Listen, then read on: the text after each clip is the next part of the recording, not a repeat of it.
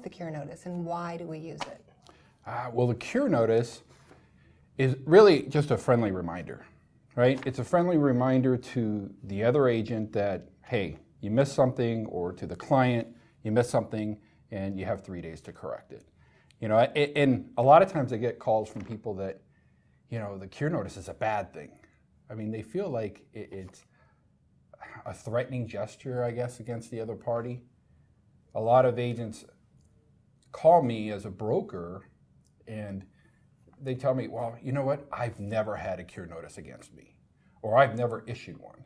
And a lot of times I always say, well, that could be an issue though, because the cure notice should be used. It's something that's positive out there. It's a friendly reminder. They put it in place actually to protect the client, because a lot of time agents would miss things and the client would have no clue what's going on because there was no conversation about it. What happens when people get a cure notice? Are they emotional? Do they get angry? Or, you know, is it just a gentle nudge? Well, I think it depends on the agent, of course. A lot of times, I think they get more upset. As a matter of fact, when people are thinking about a cure notice and initiating one of the concerns they have is, am I going to upset the other party? Am I going to upset the other realtor or to the client?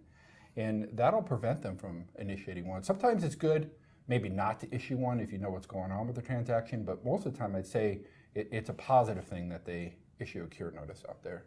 Yeah, I've heard agents say, hey, can you issue a cure notice? My client is not listening. So, and maybe it's just to help with the agent. Right. In explaining to their client they do need to do what is in the contract. Right. Well, one thing you shouldn't do with a cure notice is initiate a cure notice against your own client. No. I mean, you don't think? No. I mean, when agents are talking amongst each other, they're saying, hey, I understand you're going to give me a cure notice. You know, it's not an emotional thing. Go ahead and send it. Yeah. So. Well, you know, for example, would be, I had a call one time where the agent said, you know, my client hasn't turned their earnest money in yet. Should I issue them a cure notice? I'm like, no, you don't want to issue a cure notice against your own client, you know, and you don't want to call the other agent and say, hey, issue me a cure notice. You know, that's something you just let go through the transaction, but it's more on your side that you're going to issue that cure notice or not. And it's not just about the agent issuing the cure notice. So when we're talking about the cure notice, we're talking about a very important part of the contract, because there's a breach coming up or a potential breach that's happening, and it could be a breach. The agent really needs to have a conversation with their client about the cure notice and what's going on, and should they issue one or should they not. So it's really not about the agent issuing one, it's about the agent having a conversation with their client about the cure notice, what it's about, and why we should issue it, and their thoughts. So it needs to come from the client more than it does from the agent. Just the agent having that conversation with the client is really important. How many times in a standard contract could there be a potential breach? 17 times somebody could have a potential breach, which would cause them to receive a cure notice. Okay. Or deliver a cure notice on either side. And then if you have additional things like septic or a well or something not in the standard contract, there's another 14 cure notices in a transaction. Okay. Can there be more? Oh yeah. If the parties agree to something outside of what's already in the contract, then they could be cured on whatever they're putting in those additional comments and things that they're putting on themselves. So yeah, they can be cured for saying they're going to paint the house green. Okay. And that's completely out of the contract. Right. So yeah. So if they initiate a cure notice, how do you count the days, and how does the days work on a cure notice? Well, people stop me in the halls all the time asking me this because they're confused. So the day that the cure notice is delivered, that's day 0. And then there are 3 days to cure subsequent to that. So the next day is 1, the next day is 2, and the third day is 3 days. So now we're really in 4 days after the potential breach, before the breach is proven at 11:59 on the 3rd day. So the days are really important of when it's initiated. Yes. But when can they initiate a cure notice? It's appropriate to initiate it after 11:59 on the day of the potential breach. So if they were supposed to close on Monday, initiate the cure notice on Tuesday. When we write a cure, we want to be specific, brief, and to the point. referring to lines in the contract and trying to talk like an attorney, it usually doesn't work. It's kind of confusing. I want to be able to look at that cure notice and know exactly what they're curing me for. And so for earnest money, it'd be just as simple as buyer failed to deposit earnest money. I mean, that's a cure item. Buyer failed to close escrow. Seller failed to deliver spuds. Right. Seller failed to deliver insurance claims history. And do we need a reference within 3 days, within 5 days, within 10 days? It's perfectly fine to put that in there. But just sending the cure notice over locks the date and time you sent it over and what you're sending it for on the contract. So my recommendation always be brief, to the point, and write that in there. And make sure that the item, if you look at the critical date list, the item that you're curing is curable. You just don't, there's items in the contract that you can't cure for, or you can't just make up stuff. I have that happen all the time. You know, the buyer didn't, cure item was buyer did not perform an inspection on the home. That's not curable. So make sure the item's curable, be clear and concise on what you're writing in there, and then everybody will understand. Because that's the most important part.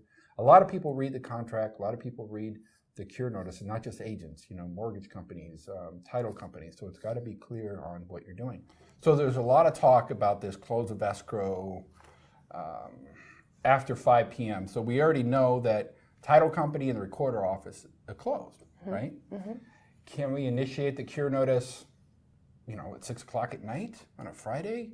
Should we wait till the next day? I mean, it's appropriate to initiate it on Saturday, but if you initiate it on Friday at 6 p.m., it still makes day 0 Saturday.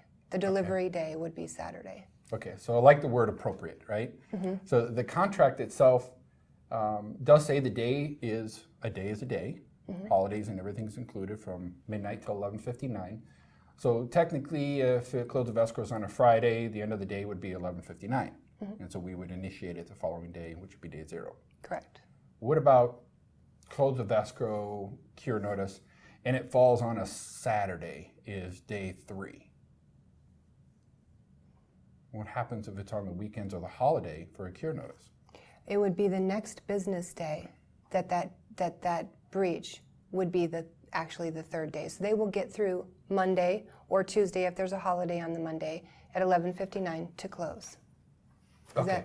So it's clarified in the contract that it's going to be the next business day. The next business day. So tell me, what would be an inappropriate cure notice? Inappropriate cure notice. Well, we talk about, there are things in the contract, right? And AAR puts out a critical date list, which is an amazing list that, believe it or not, has a little C next to all these little items that are on it, which is a cure notice. So it lets us know what are curable items that are in the contract.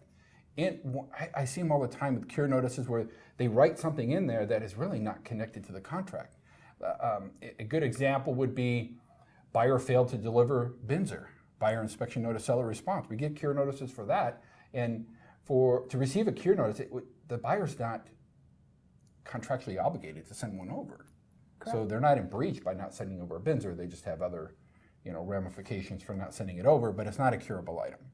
So we see that all the time. So something that's not connected to the contract would be a great example of what not to send over in a cure notice. But what do we do if they send over a cure notice for something that's not cured in the contract? Exactly. They need to call their broker. They need to call their broker. They need to know it's not curable. Yeah. Or call the other agent, find out what's going on. I think we've gotten away from that. Even though we send over a cure notice, a lot of agents don't make that phone call to the other agent. So not just sending it over, you should make that phone call over and have a conversation with them. What's going on, and let them know why you're sending the cure notice over and what it's about. But be specific too. So when you're writing up a cure notice, that's one thing we like to talk about as brokers, is how to write a cure notice. You want to be specific on what the cure is about, and you want a separate piece of paper, a separate cure for each item. It's just clear, I think. If you have one cure with 2 or 3 items on it, then you never know which one is cured or which one's not. You can just put the one away if you have one. Now they're in breach because there was a potential breach. A cure notice has been delivered. The 3 days expired without action from the breaching party. So how long does the non-breaching party have to cancel the contract if that's what they want to do? So when a cure notice is sent over and you're past the 3 days, you can rescind it in writing, sending over, or it just rides with it the entire contract. This new contract, prior to 05, the old contract, after close of escrow, the contract was canceled. This new contract just keeps going. So even though you have a cure notice, you can cure at the beginning of the contract. If it hasn't been cured, then it's still an item where the other party can send over cancellation. So it just keeps going. You can put that cure in their pocket for, let's say, spuds is another big thing, right? So it was supposed to deliver spuds. You cure them for spuds. You cure them for the insurance claims history. If they don't send that over, even up to close of escrow or past close of escrow, we could still cancel for that. So there's no time frame on a cure notice. So you've cured them for the spuds. They didn't deliver in 3 days, but in 10 days they did. Have they satisfied that? Yes. Once they deliver it, they satisfy that. Okay. Just like loan docs, signing loan docs, they cure for failed to sign loan docs. As soon as they sign loan docs, that cure is cured. The downside of them, and how people perceive a cure notice coming over. So if I'm sending you a cure notice over, is that a good or a bad thing on your part, and how you respond to it? So what are your thoughts on that? I think a lot of people out there, I get a lot of calls from agents that this is a bad thing. This is something, I'm so angry with the other agent for doing this. They're making me look bad, right? And that's not it. Your fiduciary as an agent is to explain to your client, you have these remedies. That contractually, you can notify them that they are in a potential breach situation, and we want you to perform, or we're not going to move forward most likely. So it's not an adversarial thing. It's a contract thing, and it is our job as agents to make sure that our clients are aware they can do this. They have the ability to get the seller's disclosure statement if they want it. Well, I think why agents get a little upset on receiving that cure notice is because possibly they're being reminded that they made a mistake or they forgot to do something. And so that can make them feel like, oh my God, now everybody knows I didn't send the spuds over. And that happens all the time, right? You're 10 days after, you get a cure notice, you send it to title, and title's supposed to forward it to all parties. So they forward it to the seller. Then the seller goes to the listing agent and say, hey, why did you send that over within 5 days? That's what you were supposed to send over. So I think, a lot of that comes up with agents thinking, okay, I got called out. And so now they're upset or they're in, with the other agent. And that's where we have to critically think whether do we want to send this or not. So have that conversation with your client also. The buyer in this case would be, if we send that over, it might upset the other agent. That's why I'm really big on picking up the phone. I mean, we got millennials, we've got Gen X, we've got all these people out there so used to doing emails and text, right? But on this kind of issue, that's a phone call. So give them a call and say, you know what, I haven't received the spuds yet. Can you send it over? And kind of use it as a last resort maybe on sending it over, but definitely use it. Definitely use it. Absolutely. Because I have people call me all the time. Well, I've sent 3 emails. I called them 5 times, and they still haven't sent the And we're closing spuds. tomorrow. Right. So, yes. Just true. send it over, and then usually I'll take care of it. And that takes care of a lot of things. Yes. I haven't got this. Send the cure notice over. You'd be surprised you'll get it within hours. So it helps. It works. It does work. It works. And it's not a bad thing. No, it's a good thing.